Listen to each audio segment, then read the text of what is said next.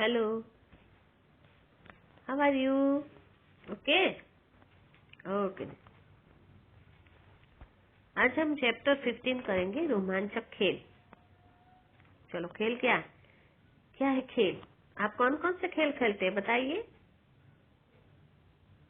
Cricket, carrom और hockey और football, yes, और वॉलीबॉल और चेस, है ना? क्रिकेट, वेरी गुड, है ना? तो खेल कई तरह के होते हैं, है ना? इंडोर और आउटडोर, है ना? तो स्वस्थ जीवन के लिए खेल बहुत आवश्यक है ना? यदि खेलों के साथ रोमांच, साहस और प्रकृति का संसर्ग जुड़ जाए तो फिर बात ही क्या। संसर्ग यानी साथ। पहाड़ों, नदियों और आकाश को समीप से जानने की लालसा ने कई साहसिक एवं उमंग भरे खेलों को जन्म दिया है। धरती, हवा और पानी तीनों जगह खेले जा सकते हैं ये खेल, है ना? जरूरत है केवल उमंग, जिज्ञासा एवं ऊर्जा। जिज्ञासा यानी जानने की इच्छा, ऊर्जा यानी शक्ति। हमारे में जोश चाहिए ना खेल खेलने के लिए, तो है ना? अब खेल मुख्यतः है वो 3 प्रकार के होते हैं: स्थलीय, जलीय और हवाई खेल। स्थलीय यानी लैंड, है ना? जलीय यानी पानी में और हवाई यानी आकाश। अब स्थलीय खेल क्या क्या है देखो। यथारोहण। तो स्थलीय खेलों में यथारोहण यानी ट्रैकिंग साहसिक पर्यटन का एक हिस्सा है। पर्यटन यानी यात्रा, है ना? पथारोहण है, सॉरी, यथारोहण। पथारोहण से प्रकृति के साथ सीधा संपर्क स्थापित हो जाता है।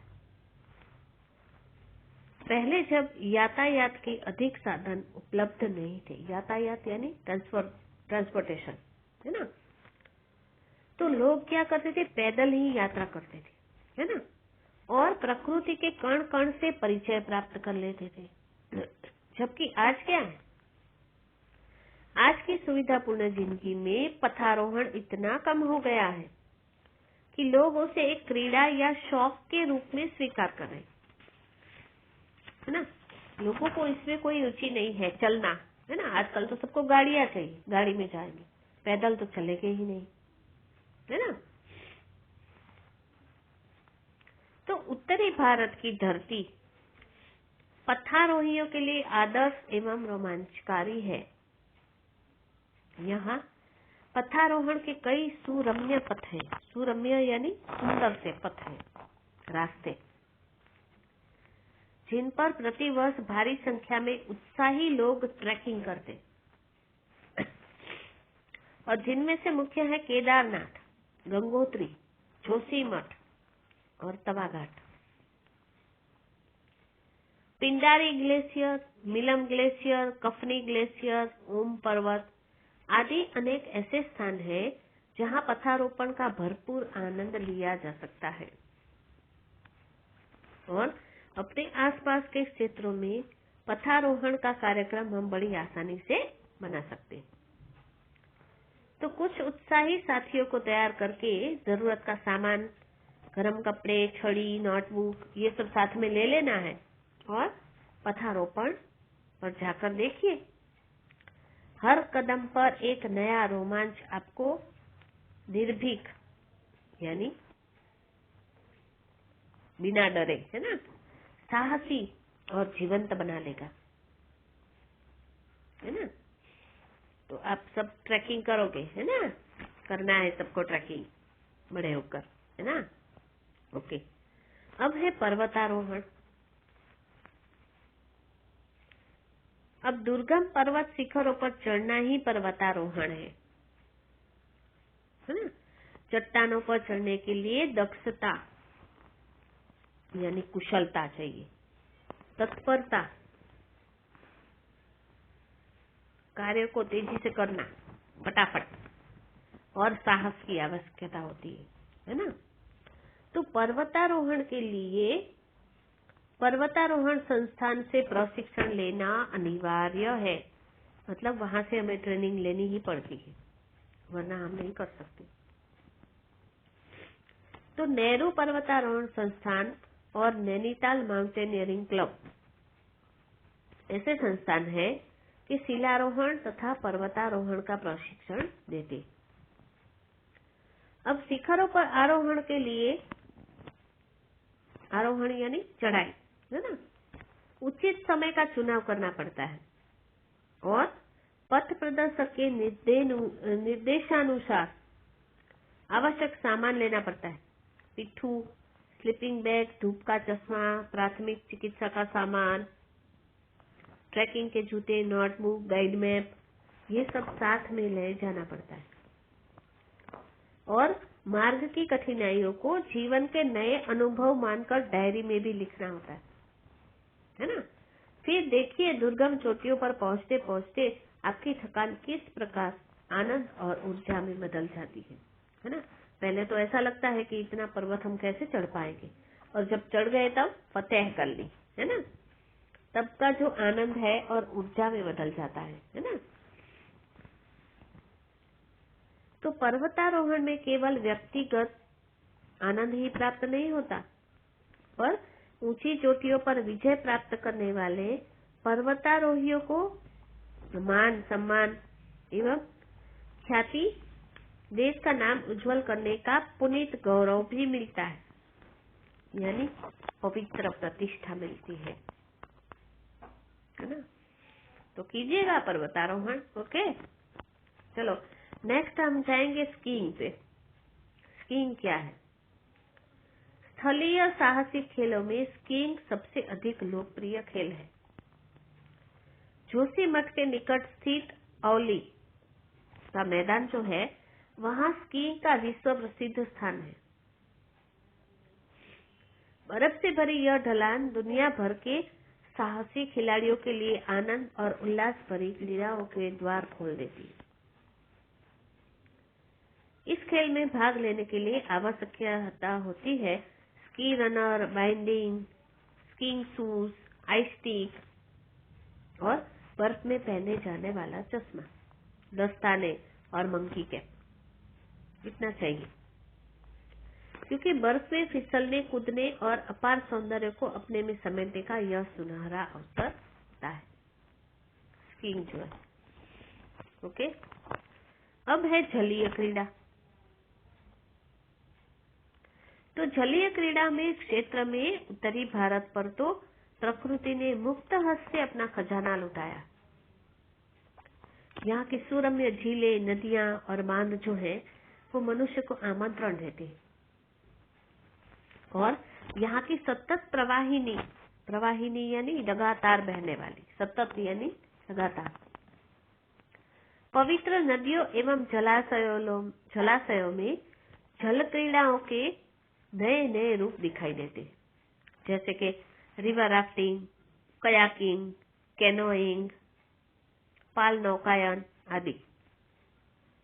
ये बहुत लोकप्रिय है। अब हिमालय से निकलने वाली नदियों में जल क्रीड़ा का विशेष आनंद होता है। राफ्टिंग, तो राफ्टिंग के लिए गंगा का प्रवाह बहुत उपयुक्त है। रिवर राफ्टिंग बहती हुई नदी में बीच से नीचे से ऊपर की ओर जाती है।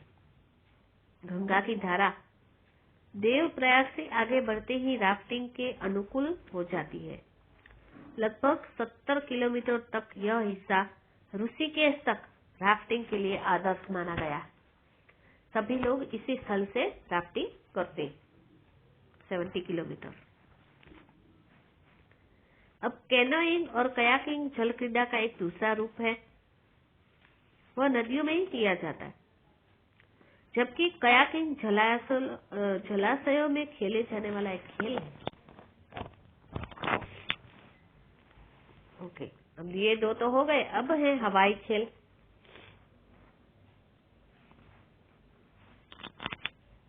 पर्वतों से घिरी घाटियों में अनेक हरे भरे मैदान हैं जो बलूनिंग, हैंग ग्लाइडिंग, पैराग्लाइडिंग, है ना, पैरासिलिंग जैसे साहसिक और उमंग भरे खेल के लिए सर्वथा उपयुक्त है। कौन बैठा है पैराग्लाइडिंग में? नहीं? ओके। तो मनुष्य को पक्षियों के भांति आकाश में उड़ने की अभिलाषा को ये हवाई खेल बड़ी आसानी से पूरा कर देता है ना? जैसे पक्षी उड़ते हैं तो हमें भी लगता है ना, हमें भी उड़ना चाहिए, है ना? तो पैराग्लाइडिंग इसीलिए सभी करते।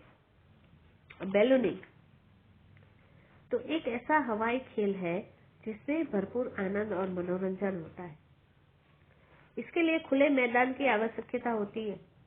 एक बड़े गुब्बारे के नीचे 6-7 लोगों को बैठने के लिए टोकरी नुमा जगह बनी रहती और गर्म हवा के दबाव से गुब्बारे को उड़ाया जाता है। गर्म हवा के दबाव से और गुब्बारा 100 फीट तक ऊंचे जा सकता है और हवा ठंडी होने पर वापस गुब्बारा नीचे आ जाता है, जब हम भी नीचे आ जाते हैं। अब पैराग्लाइडिंग और हैंग ग्लाइडिंग ये रोमांचकारी खेल है। इसके लिए हमें प्रशिक्षित सदस्यों का सहयोग लेना होता है, हम अकेले नहीं कर सकते। पैराग्लाइडिंग के लिए ऐसे स्थलों का चुनाव किया जाता है जहां 35 सेल्सियस से 45 की ढलान हो, साथ ही पेड़, तार आदि की बाधा न हो और दौड़ने के लिए 20 से 75 मीटर समतल भूमि हो, क्योंकि पहले तो उसमें दौड़ना पड़ता है, फिर लेकर उड़ना होता है ना? और उतरने के लिए 10 बाय 10 का मीटर का स्थान होना चाहिए। तो पिथौरागढ़ और भीमताल में पैराग्लाइडिंग और हैंग ग्लाइडिंग की सुविधा उपलब्ध है। ये सब स्थान जो है ना वो तय किए हुए होते हैं कि यहाँ पे ही करना होता है। ये हर जगह हम पैराग्लाइडिंग नहीं कर पाते। अब इस रोमांचकारी खेल में 1 या 2 व्यक्ति ही भाग ले सकते हैं। इससे शरीर का संतुलन बनाए रखना बहुत जरूरी होता है। इसमें ग्लाइडर, हार्नेस, डोरी और हेलमेट आदि की आवश्यकता होती है। सामान्यतः खेले जाने वाले दौड़ कूद आदि खेलों की अपेक्षा इन रोमांचकारी खेलों को खेलने का अलग ही आनंद है। प्रकृति और पर्यावरण को नुकसान पहुंचाए बिना, है ना, मन की तरंगों पर झूलने का ऐसा आनंद और कहीं नहीं मिल सकता।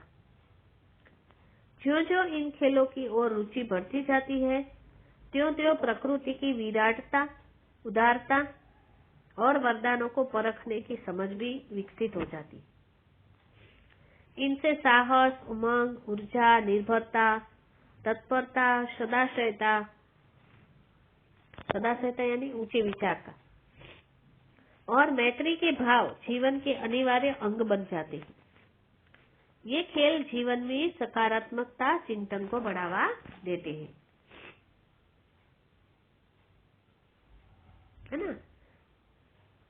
तो इन खेलों में भाग लेने से हमारे अंदर निर्भयता, उमंग, आत्मानुशासन और प्रकृति से प्रेम जागृत होता है ना? तो इस पाठ में साधारण खेलों से हटकर कुछ साहसिक और रोमांचकारी खेलों का वर्णन किया गया है, जो बहुत अद्भुत है ना? Okay then, bye bye.